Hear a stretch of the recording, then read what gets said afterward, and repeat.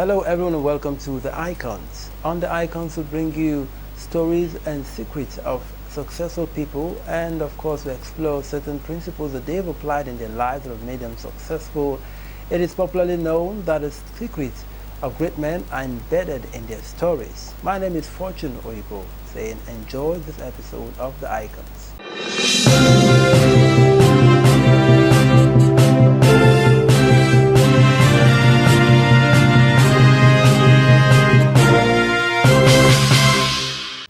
My name is Pastor Paul Igwe, the Senior Pastor of Dominion Faith International Ministry. By the special grace of God, I am a missionary. I have served in Southeast Asia, specifically China, where by the special grace of God, I've been able to plant both Chinese churches and the international church. I stayed there for over 10 years before, by the special grace of God, 2005, I was told by the Lord that it is time to come back to my country, Nigeria. I've been in ministry for over 25 years. As when we came back 2005, by the special grace of God, God put it in my heart to start what is known today as Dominion Faith International Ministry, a place where champions are made. And this ministry is given the mandate to preach the message of the kingdom, to preach the message of dominion. And God gave us a 12-point vision. And since then, we are running this vision. And by the special grace of God, what you are seeing around here is a confirmation that this is not a vision that was given by man, but by the vision that was given by God.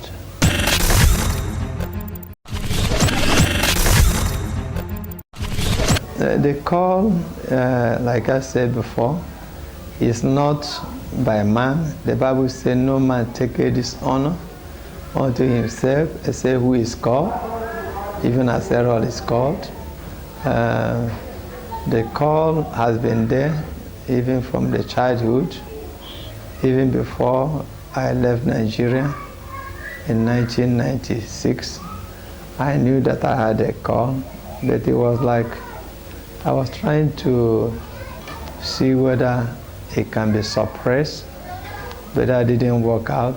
In fact, one of the reasons why I traveled is to see a way of trying to find some other thing to do. But I discovered that when I got to oversee, the compelling force was greater there, and like Jonah, I cannot run away, so I have to answer the call. And ever since then, I've answered the call. God has been so gracious. And to crown it all, I also want to thank God for giving me a woman that loves God, a woman that fears God. You know, I'm talking about my sweetheart, you know, Pastor Sandra Igwe. She has been supportive to this call. In fact, I remember that 2002, when I came back to get married, you know, I prayed fervently about my marriage. And I was asking God that I needed a woman that will understand the call, that will be supportive of the call. And to the glory of God, God answered the prayer and gave me one. And ever since then, even right in the mission work, till now, she has been by my side. And you know, they say behind every successful man, there's always, you know, a woman. So far so good. God has been so gracious, and God has blessed us with 5, you know, wonderful and gracious children who are doing greatly and wonderfully well. in the kingdom. So it has been awesome. So from mission work to here, and now Dominion Faith is becoming entire, globe. Is taking over, is spreading, and all the people that God has given to this commission, as you can see today, they are really wonderful people, great people, people that love God, people that buy into the vision.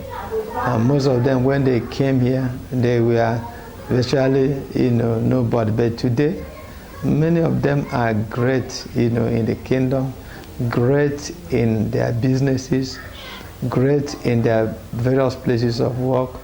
They have come to realize that, we are not just the one that called them, but God have chosen them to be part of this commission. And so far, so good. It's really been awesome.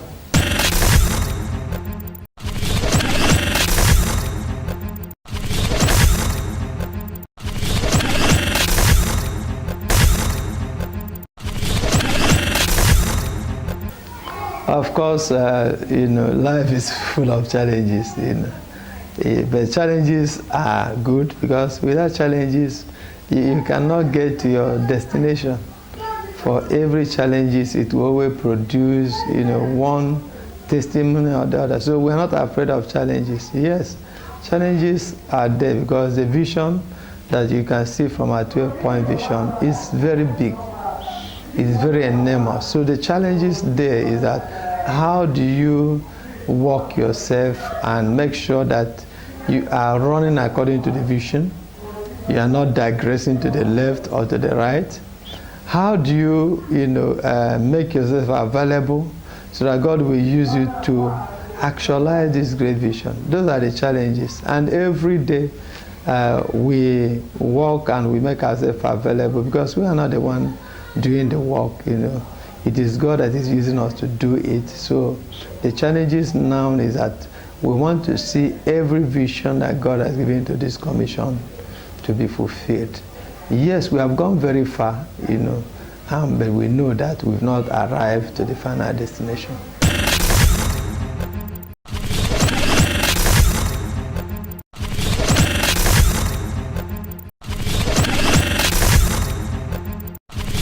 Yes, which success is more than seeing lives, being transformed. There's no success that is more than, like today, you see hundreds of people giving their life to Christ. To me, that is the greatest success, any minister who knows what the call is all about, can be proud of, or will be satisfied, seeing that lives of people are being changed. Yes, other achievements, like Bible says, seek you first the kingdom of God and His righteousness, and every other thing shall be added unto you. Yes, you can see a lot of people who came here without, anything. You see them now. Many of them are building their houses. Many of them have gotten married. Many of them are doing great businesses. Many of them have also realized that they have a call. In this ministry, we have over 20 pastors. We have associate pastors, we have workers, and they are increasing on a daily basis. So that is to say that if tomorrow I am not here, the ministry will not blink its eyes. The ministry will keep working, it will keep functioning. So it is a great achievement within the shortest period of time. This is just 12 years. So we've been able to be on television, we've been able to be on radio station, and the ministry is spreading. So it is a great achievement.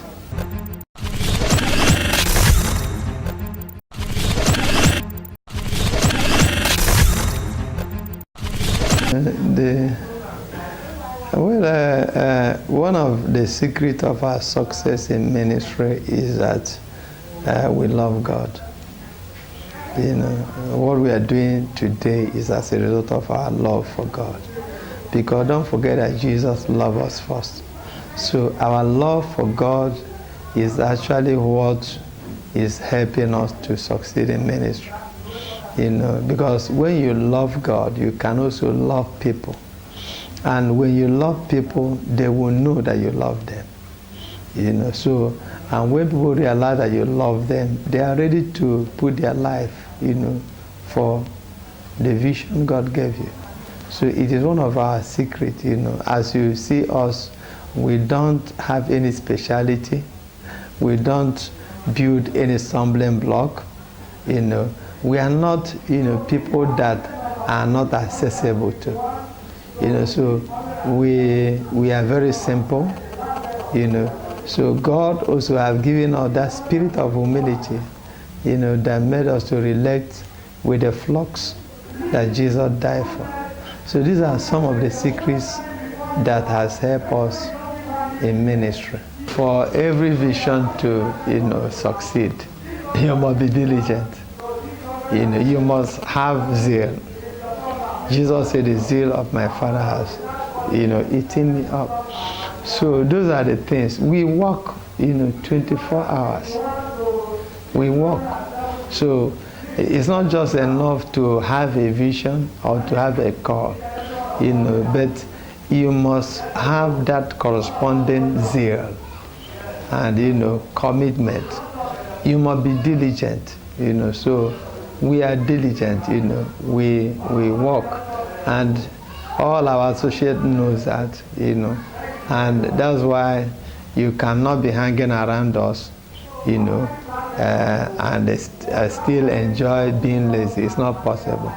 So it's part of the things we teach, especially here in Nigeria, because we know that many people are not diligent.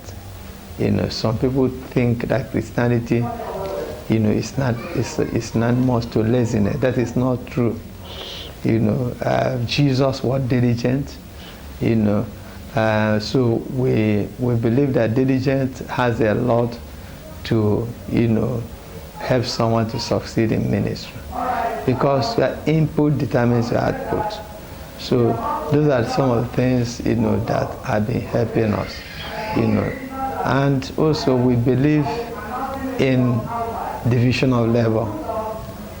We don't try to be everything, we try to, involve people, decentralization of responsibility, helping people to discover their call.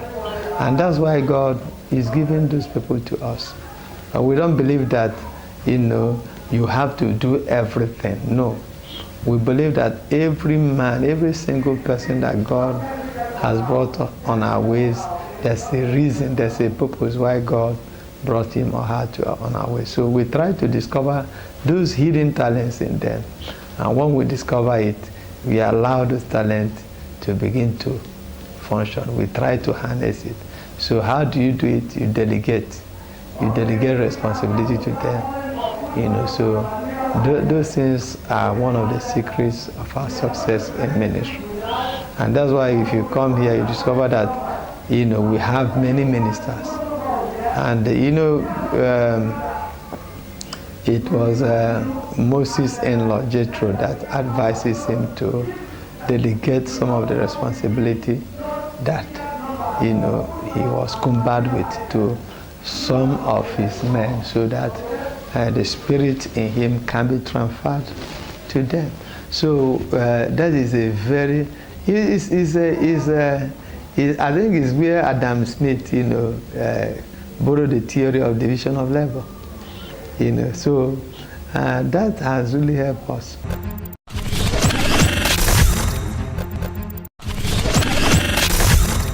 The ministry is like the sky. The sky is so big, it can contain everybody. So to us, we don't have anybody we are competing with. I remember when we came here newly that there was a lot of agitations around, and some people thought that we are coming to unseat them, but that is not true. Because if you look at the book of Joel chapter 2, it talks about the end time church. One of the features of the end time church is that they doesn't break rank. So they work in their formation. I believe that every ministry that we are called by God, that was ordained by God, has a specific message, a specific assignment that God has given to them to fulfill. So if God has called us for an assignment, this assignment, like I tell you, is too big. We can't even, finish them. So why must we be distracted? There's no room for that. We don't have any competitors. We even welcome, other, ministries that have divine mandate. Because Jesus said that the harvest is wide, but the laborers are few. You see the number of people that turn up here today. It's more than 700 people, not including children, just more than 1,000 in just one program. So where do they come from? These are not even members of our church. I don't know whether you understand. So these are challenges. So if the church will understand this, if ministers will understand this, I tell you that we can help each other, we can partner together to do the work, because the field is so wide. It is only the laborers that are very few. So I can't even see my co-laborers. I will begin to, distract him or find a way of bringing him out. It's lack of knowledge. It's lack of knowledge. Joseph first you say, my people are destroyed because of lack of knowledge. So I think that men of God, those who have genuine call, I'm not talking about everybody, those who have genuine call must begin to strengthen one another. We need each other to succeed in this divine assignment.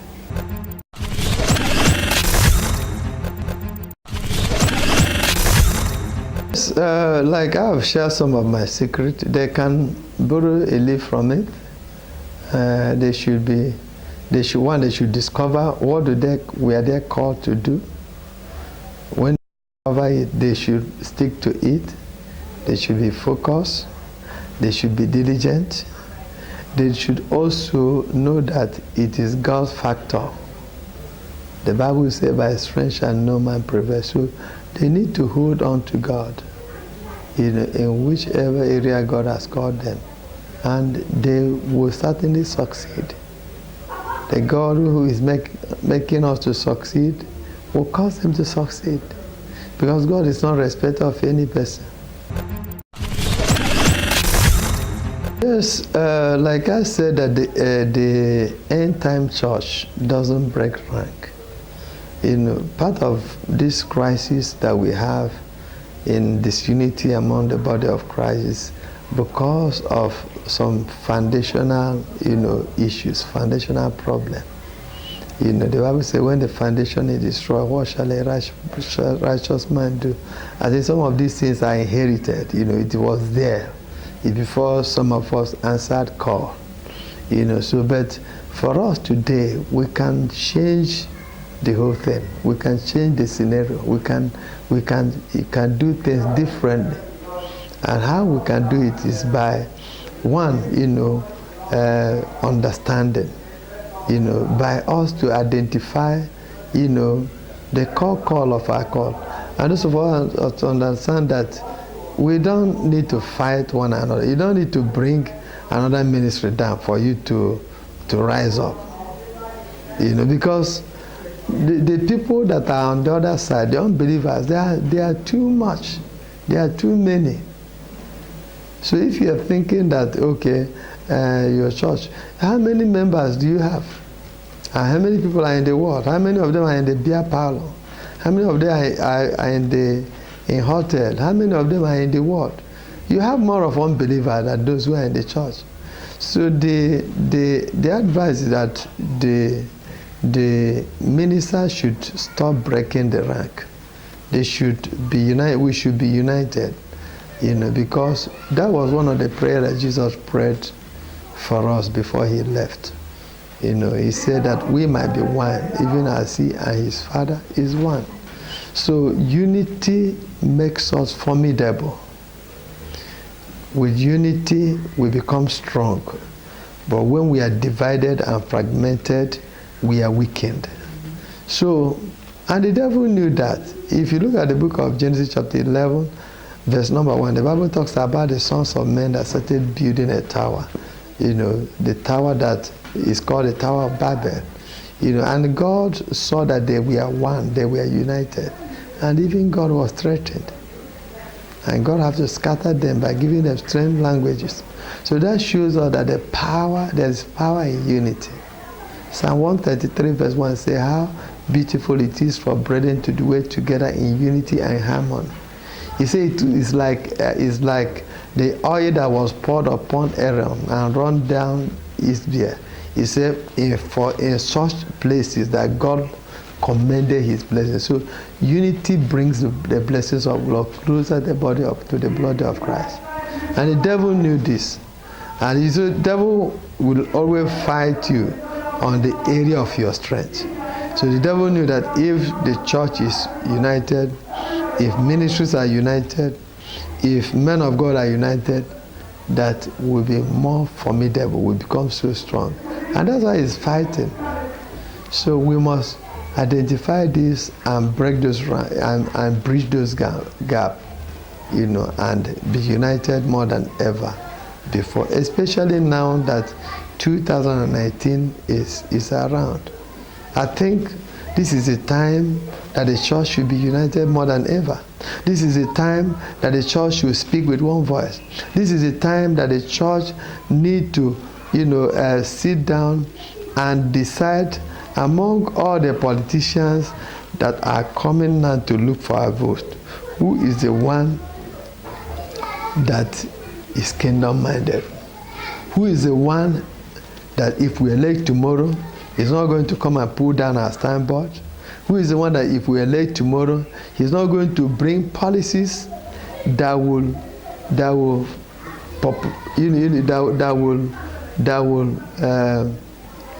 adversely affect our members?